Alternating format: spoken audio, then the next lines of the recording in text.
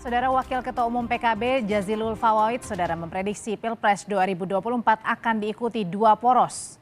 Jazilul menegaskan koalisi pasangan Anies Muhaimin siap mengantisipasi jika nantinya hanya dua poros. Namun Jazilul menyebut akan sulit membentuk dua poros jika dilihat dari koalisi yang sudah terbentuk saat ini. Tentu akan ada tiga poros. Bisa jadi dua poros, kita tunggu nanti. Bagi saya tidak akan ada kesulitan memutuskan, tetapi yang sulit itu justru membuat hanya dua poros, itu yang sulit. Yang jelas pasangan Amin mengantisipasi semua kemungkinan. Kemungkinannya kan tinggal dua, tiga poros atau dua poros. Sementara Ketua Harian DPP Partai Gerindra Sufmi Dasko Ahmad mengaku tak mempermasalahkan jumlah poros dalam Pilpres mendatang. Dasko menegaskan dengan bergabungnya Partai Demokrat, Koalisi Indonesia Maju semakin siap mengusung Prabowo Subianto sebagai capres. Kalau kami kan ini namanya demokrasi. Demokrasi itu bisa kemudian ditentukan oleh pemilik hak demokrasi, yaitu rakyat yang diwakili oleh partai politik. Sehingga nanti mau dua poros, mau tiga poros, ya kami ikut aja. Jelang pendaftaran Pilpres, kabar dua poros kembali mencuat. Kabar ini disampaikan Waketum PKB terkait prediksi dua poros di Pilpres 2024. Dengan dinamika politik yang ada sekarang, setidaknya ada tiga poros koalisi pengusung Capres-Cawapres. Pertanyaannya, apakah mungkin poros yang ada saat ini berkurang? Kita akan mengulasnya sore ini bersama dengan Direktur Eksekutif Indikator Politik Indonesia, Burhanuddin Muhtadi. Ada juga sudah bergabung Sekjen PDI Perjuangan Hasto Kristianto dan Wakil Sekjen PKB Saiful Huda. Sore Bapak-Bapak. Sore. Selamat sore. Apa kabar Mas Burhan, Mas Saiful Huda, dan Audrey? Baik.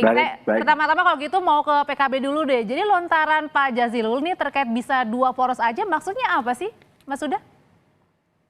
Ya sebenarnya melanjutkan arah angin atau sinyal yang sempat dilontarkan tanggal 12 September oleh Mas Arya Bima, kawannya Mas Hasto, terkait dengan kira-kira partai-partai, pimpinan partai perlu duduk bareng untuk potensi membangun dua poros karena berbagai pertimbangan waktu itu. Dan itu yang lalu ditangkap oleh Mas Jazil, dan kemarin ketika ditanya wartawan bagaimana potensi soal dua atau tiga poros itu gitu. Nah, merujuk dari yang disampaikan oleh Mas Arya Bima, kira-kira bisa saja potensinya bisa dua. Itu yang pertama. Yang kedua, kalau kita merujuk dari ajuan dari KPU, rencana yang akan memajukan pendaftaran Pilpres yang direncanakan tanggal 10 November, artinya kan tinggal waktu sekitar 20 hari. Nah, Mas Jazil melihat waktu sisa 20 hari, Mas Hasto belum memutuskan, terus kemudian poros Indonesia Maju juga belum memutuskan. Jangan-jangan ini ada opsi untuk menggabungkan ini. Jadi menggabungkan antara Mas Hasto mengambil Pak Prabowo sebagai wapresnya Mas Ganjar dan seterusnya. Jadi sekali lagi ini sinyal yang dibaca setelah Mas Arya Bima menyampaikan bahwa yang terbaik. Berarti artinya dari PDI duluan ya yang melontarkan hal itu ya, Mas Huda, maksudnya ya? Ya, kira-kira kami menangkap arah angin yang disampaikan oleh Mas Arya Bima tanggal 12 September yang lalu. Kalau gitu emang benar Mas Hasto, kalau kemungkinannya benar PDIP mau bergabung dengan Pak Prabowo menjadi akhirnya satu poros bersama?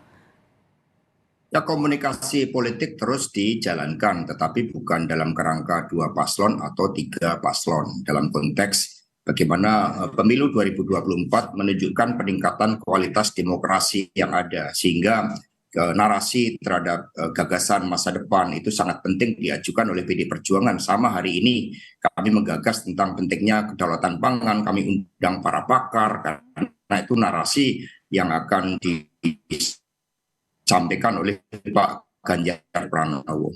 Terkait dengan mau dua pasang calon, 2004 5 pasang calon, oke, langsung dua putaran. 2009 ada 3 pasang calon dan bisa berlangsung 1 putaran. Jadi kalau ada 3 pasang calon bukan otomatis harus 2 putaran. kemudian 2014-2019 2 pasang calon.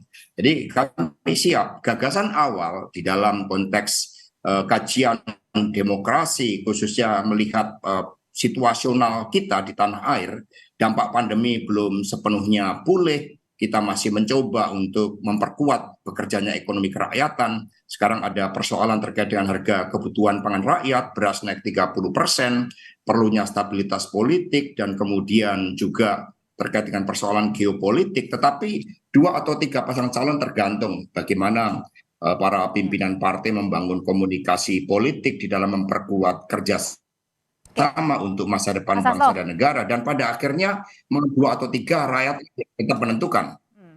Tapi ada kemungkinan nggak sih dari kan saat ini kan ada 3 baca pres ya yang sudah kita tahu di mana-mana. Kemungkinan emang benar atau memungkinkan hanya tinggal 2 poros saja nanti, Prabowo sama Pak Prabowo dan juga Mas Ganjar. Kalau sebagai kemungkinan politik, the art of possibilities. Jadi dimungkinkan selama partai-partai politik membangun kesadaran. Karena dari Pak Aryo Bimo misalnya, dia juga menjadi saksi betapa tidak mudah negosiasi untuk melakukan kerjasama dengan partai politik pada putaran kedua. Kalau pada putaran harus dengan negosiasi yang begitu keras, mengapa tidak dilakukan komunikasi politik di dalam membangun rakyat akan ya. Oke, baik. Mas Hasto, mohon maaf sambil diperbaiki jaringan komunikasinya. Kita akan ke Mas Burhan dulu. Yang kemudian ini memperkuat di dalam membangun perjuangan. Oke, mohon maaf Mas Hasto boleh diperbaiki saluran komunikasi atau jaringan komunikasinya. Saya mau ke Mas Burhan dulu. Mas Burhan, apa betul hitung-hitungannya mungkin nih nantinya akan menjadi 2 poros dari 3 baca pres yang kita sudah tahu? Mas Burhan. Dalam politik tidak ada yang tidak mungkin. Halo. Ya. Dalam politik tidak ada yang tidak bisa mungkin. Diterima. Silakan Mas Burhan. Oke, jadi izin Mas Hasto ya. Jadi pertama tidak ada yang tidak mungkin dalam politik, kecuali menghidupkan orang mati. Di luar itu sangat mungkin, karena bagaimanapun apa yang sudah terjalin dalam koalisi yang dibentuk oleh beberapa partai, sehingga memunculkan 3 poros per hari ini, itu baru akad keperdataan di tingkat partai. Belum didaftarkan ke lembar negara, yaitu pada saat KPU membuka dan menerima pendaftaran dari koalisi. Nah pertanyaannya bagaimana kemungkinan terjadi poros hanya tinggal 2? Menurut saya kemungkinan itu terjadi kalau Anies Baswedan mengalami penguatan secara elektoral. Tetapi kalau misalnya Mas Anies masih tertinggal dibanding Mas Ganjar atau Pak Prabowo, kemungkinan munculnya penyatuan poros antara Pak Prabowo dengan Mas Ganjar itu kecil terjadi. Karena satu, antara kedua tokoh itu secara statistik imbang, masing-masing punya potensi menang, baik antara Pak Ganjar atau Pak Prabowo. Dan yang kedua, bagaimanapun PD Perjuangan partai pemenang. Dan karenanya ada semacam ekspektasi kalau menang tentu capresnya adalah dari PD Perjuangan. Sementara Pak Prabowo dari sisi senioritas lebih senior ketimbang Mas Ganjar. Jadi kalau tidak ada ya yang mau mengalah sebagai cawapres dan saat yang sama keduanya punya potensi untuk menang, maka kemungkinan terjadinya penyatuan poros antara Pak Prabowo dengan Mas Ganjar sulit. Nah, kecuali ya tiba-tiba Mas Anies menyalip ya dan mengancam peringkat pertama seperti yang pernah kita alami akhir 2022. Pada saat itu muncul tuh menyatukan poros Mas Ganjar dengan Pak Prabowo karena Mas Anies tiba-tiba menyalip Pak Prabowo dan elektabilitasnya sangat tipis bedanya dengan Mas Ganjar. Tapi sepanjang itu tidak terjadi, kemungkinan tetap 3 poros. Kemungkinan tetap 3 poros ya. Kalau tadi kemungkinannya tidak akan terjadi. Kalau gitu sekarang saya mau ke Mas Huda. Mas Huda, tadi kalau dilemparkan ada tadi ya kemungkinan misalnya Pak Prabowo bergabung dengan Mas Ganjar begitu. Nah, apakah juga ada kemungkinan PKB melihat ya bahwa jangan-jangan ada yang tereliminasi nih, belum mendaftarkan ke capres nantinya di KPU? Ya, bagi PKB sih sejak dari kami mendorong kalau boleh cerita, waktu dulu kita membangun koalisi dengan Gerindra, semangatnya waktu itu PKB supaya Pilpres 2024 minimal 3 pasangan gitu. Nah pada konteks ini saya kira bagian dari komitmen PKB. 20% presiden threshold, saya kira itu sudah termasuk cara bagaimana publik dan partai sudah terkodifikasi dalam 20% presiden threshold. Nah kalau sudah itu terjadi jangan sampai lalu terkurangi lagi untuk kita bisa membangun paling tidak minimal 3 poros dalam Pilpres 2024. Saya merasa kalau kita sudah terhalangi 20% presiden threshold dan kemudian 2024 dipaksakan lagi hanya menjadi 2 poros, artinya ada 2 momentum reduksi yang berisiko bagi kesehatan demokrasi kita. Yang dimana 20% presiden threshold sudah menjadi komitmen kita, dan jangan sampai semakin melebar dengan terjadi bagaimana hanya 2 poros Pilpres 2024. Nah komitmen ini kami terus jaga. Perspektif Mas Hasto melihat pentingnya efisiensi demokrasi dan seterusnya, saya kira bisa kita iakan dalam konteks satu sisi kita berdemokrasi, tapi pada konteks penting dalam setiap momentum Pilpres kita bisa mengajukan banyak figur, banyak kader, itu juga menjadi perspektif lain bagaimana kesehatan demokrasi kita harus kita jaga. Apapun resikonya, baik berpotensi 2 putaran maupun yang lain. Ya, yang kedua, kami bisa memastikan, saya kira data Mas Burhan juga bisa dibuka. Ketika ada 3 poros, kami meyakini pasti ada 2 putaran.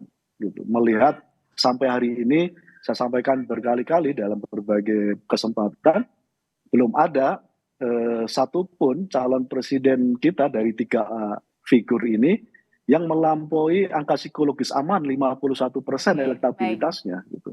Bahkan yang kita dapat dari SIGI semua lembaga survei bahkan di bawah 40%. Artinya tiga-tiganya punya potensi untuk menang. Dan tiga-tiganya untuk bisa berpotensi untuk menjadi terpilih. Karena publik masih belum menjatuhkan pilihan sampai hari ini mana yang berpotensi untuk menang karena belum ada yang 51% elektabilitasnya. Dan itu artinya Mas Hasto dari PDI Perjuangan juga sudah mempersiapkan kemungkinan jika misalnya nanti ada 2 kali putaran, Mas Hasto.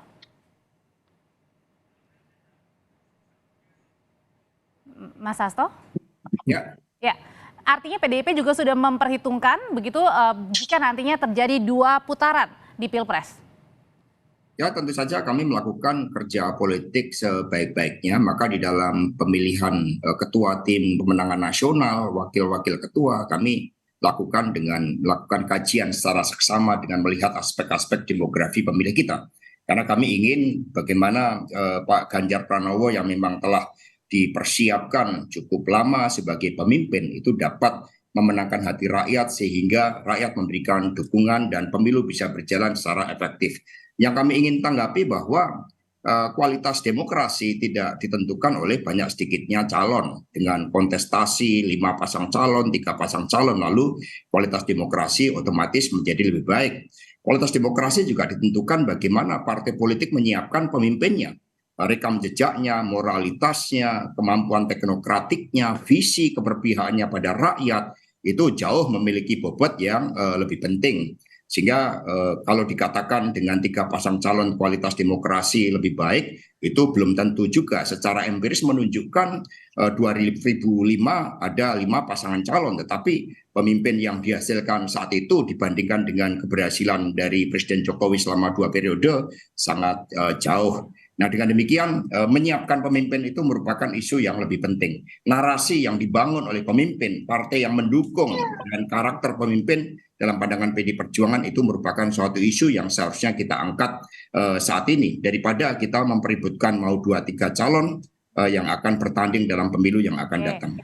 Mas Hasto, tadi kan Mas Hasto sempat bilang nih, kalau misalnya bisa saja jelang pendaftaran, nantinya dari 3 baca pres ini akan mengerucut menjadi 2 pasangan calon yang mendaftar ke KPU. Kalau misalnya memang prediksinya seperti itu, sebenarnya faktor apa saja sih yang bisa menyebabkan kalau benar-benar terjadi dari 3 menjadi 2 paslon yang mendaftar? Yang pertama, faktor di dalam melihat kepentingan bangsa dan negara. Menjelang pendaftaran mungkin ada suatu kesepahaman di antara para pemimpin bagaimana tanggung jawab kita untuk membangun loncatan kemajuan. Bagaimana dengan kepemimpinan yang sebelumnya di G20 yang sangat diapresiasi, keketuaan di ASEAN, kemudian mendorong semangat persatuan sehingga terjadi konsolidasi antar partai politik. Yang kedua dari aspek peta politik, misalnya tadi Mas Burhan menyampaikan, sudah berupaya sekeras mungkin melakukan konsolidasi, tetapi dari aspek elektoralnya ternyata tidak mengangkat calon tersebut.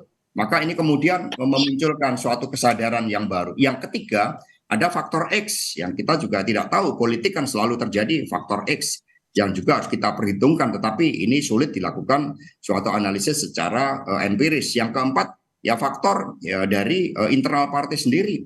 Kalau kita melihat adanya kecenderungan 3 pasang calon, kemudian kita dihadapkan pada tantangan internal dalam negeri yang relatif berat, misalnya kekeringan, ini kemudian membawa suatu implikasi lebih jauh terhadap persoalan pangan, muncul suatu kesadaran. Kalau gitu kita menyatukan diri agar secepatnya pemilu ini dapat memberikan suatu kepastian secara politik, secara ekonomi, secara sosial, lalu muncullah suatu spirit untuk duduk bersama. Baik. Kalau gitu Mas Burhan, misalnya nanti apa sih sebenarnya kira-kira yang mungkin saja menjadi penyebab ketika pada saat mau ke KPU ini justru yang mendaftar hanya 2 paslon saja. Apakah mungkin ada yang tereliminasi dan kira-kira mana dari 3 paslon ini yang mungkin saja paling rentan bisa dibaca, Mas Burhan? Lagi-lagi spekulasi semacam itu dimungkinkan sepanjang belum didaftarkan ke KPU. Nah, kalau ditanya seberapa besar kemungkinan itu terjadi, lagi-lagi sangat tergantung oleh konstelasi elektoral jelang pendaftaran dan penutupan capres-cawapres ke KPU. Kalau misalnya elektabilitas Mas Ganjar dan Pak Prabowo masih berada di peringkat pertama dan kedua, saya kira sulit untuk mengasumsikan siapa di antara keduanya yang mengalah sebagai cawapres. Apalagi keduanya sudah punya kendaraan politik. Nah, itu satu. Yang kedua, soal pluralisme politik penting. Jadi salah satu aspek demokrasi adalah adanya kompetisi, adanya kontestasi. Dan itu diwakili oleh capres-cawapres yang bisa mendapatkan kendaraan untuk maju. Meskipun saya setuju ya jumlah capres-cawapres tidak menjadi satu-satunya indikator kesehatan demokrasi, tetapi kalau misalnya ada jumlah pemilih yang signifikan yang tidak terwakili capres-cawapres di kotak suara, di kotak suara ya, itu tentu agak menyulitkan bagi proses akomodasi dan agregasi preferensi publik. Tetapi poin saya sendiri memang menangkap ya, ada semacam kekhawatiran dari Pak Jazilul. Jadi kalau 2 poros dengan asumsi Mas Ganjar dan Pak Prabowo bersatu, itu mau Mas Ganjar capresnya atau Pak Prabowo cawapresnya atau sebaliknya dalam survei kami ya, itu udah di atas 50%. Kisaran 55-58%. Dan Mas Anies tertinggal jauh. Jadi saya melihat memang Mas Jazilul ini bukan sekedar memprediksi, tapi juga menyuarakan sinyal kekhawatiran. Karena kalau misalnya benar gitu Mas Uda, itu berat buat Mas Anies. Mas Anies itu punya potensi kalau bisa menciptakan kejutan masuk ke putaran kedua. Oke, tahan dulu sampai situ Mas Burhan. Kita langsung nanya ke Mas Uda dulu ya. Benar kekhawatiran itu yang memang ditakutkan oleh PKB, Mas Uda? Enggak ada kekhawatiran. Oh, enggak ada, oke. Betul karena prediksi. Dan ini konstelasi demokrasi. Saya setuju disampaikan oleh Mas Hasto. Semua partai harus menyiapkan pemimpin. Dan kami menyiapkan pemimpin nih Mas. Gitu. Karena itu konsekuensi semua partai menyiapkan pemimpin, ya menurut saya semakin banyak calon kandidasi presiden semakin bagus. Semakin banyak calon wakil presiden semakin bagus. Tapi kalau tadi Pak Jazilul bilang kita mengantisipasi, mempersiapkan kemungkinan-kemungkinan. Ya kan sekali lagi sampai hari ini belum ada kandidat yang memenuhi angka psikologis aman 51% lebih. Apa yang disampaikan oleh Mas Burhan kan juga prediksi. Kita belum tahu 4 bulan ke depan suasana politiknya seperti apa. Karena yang pasti sampai hari ini publik belum menjatuhkan pilihan mayoritas kepada kandidat yang ada. Coba kalau kita bisa lihat lagi misalnya ketika hasil survei kita cek secara detail, ketika ditanya apakah Bapak Ibu sudah memastikan akan memilih calon kandidat tertentu, totally dari undecided voters plus swing voters dari 3 kandidat ini, totally masih 47,6%. Publik yang masih ragu, yang kedua belum menentukan pilihan.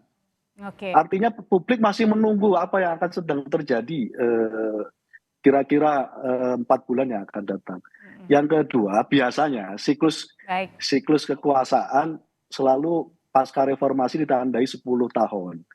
Jadi kira-kira Mas Hasto, publik butuh semacam kebaruan kepemimpinan yang membawa angin baru dari legasi yang sudah luar biasa diberikan oleh Pak Jokowi. Sekarang saya Tapi publik juga menghendaki ada suasana baru itu. Saya mau balik lagi ke PDI Perjuangan. Nah, Mas Hasto, saat ini kan koalisi yang paling gemuk, yang paling banyak adalah Koalisi Indonesia Maju mendukung Pak Prabowo. Nah, bagaimana dengan PDIP? Apakah sudah cukup dengan koalisi parpol yang ada untuk mendukung Mas Ganjar? Ya, sebelum saya tanggapi tadi yang model publik 2 periode perlu perubahan itu model Amerika. Kalau model Indonesia, begitu rakyat melihat kepemimpinan yang berhasil, yang menyatu dengan rakyat, dan itu ditunjukkan oleh Pak Jokowi dan Pak Ganjar, maka kesinambungan ini menjadi suatu hal yang sangat penting. Rakyat tidak menginginkan adanya suatu antitesa dari Presiden Jokowi yang dikatakan berhasil. Meskipun kejutan-kejutan bisa saja terjadi antara PKB dan PKS bisa bersatu, itu kan secara teori politik juga sangat sulit dicari rasionalisasinya. Tapi bagi PDI Perjuangan, kerjasama yang sudah dibangun itu saling melengkapi.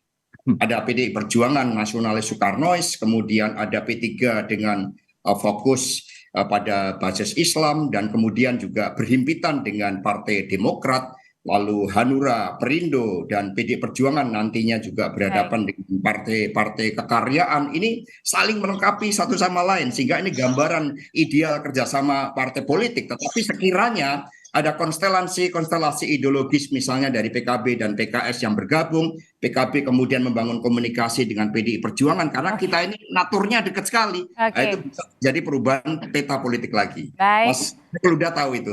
Mas Hasto, terima kasih. Mas terima kasih juga Mas Burhan, sehat selalu. Terima kasih semuanya. Sama-sama. Terima kasih.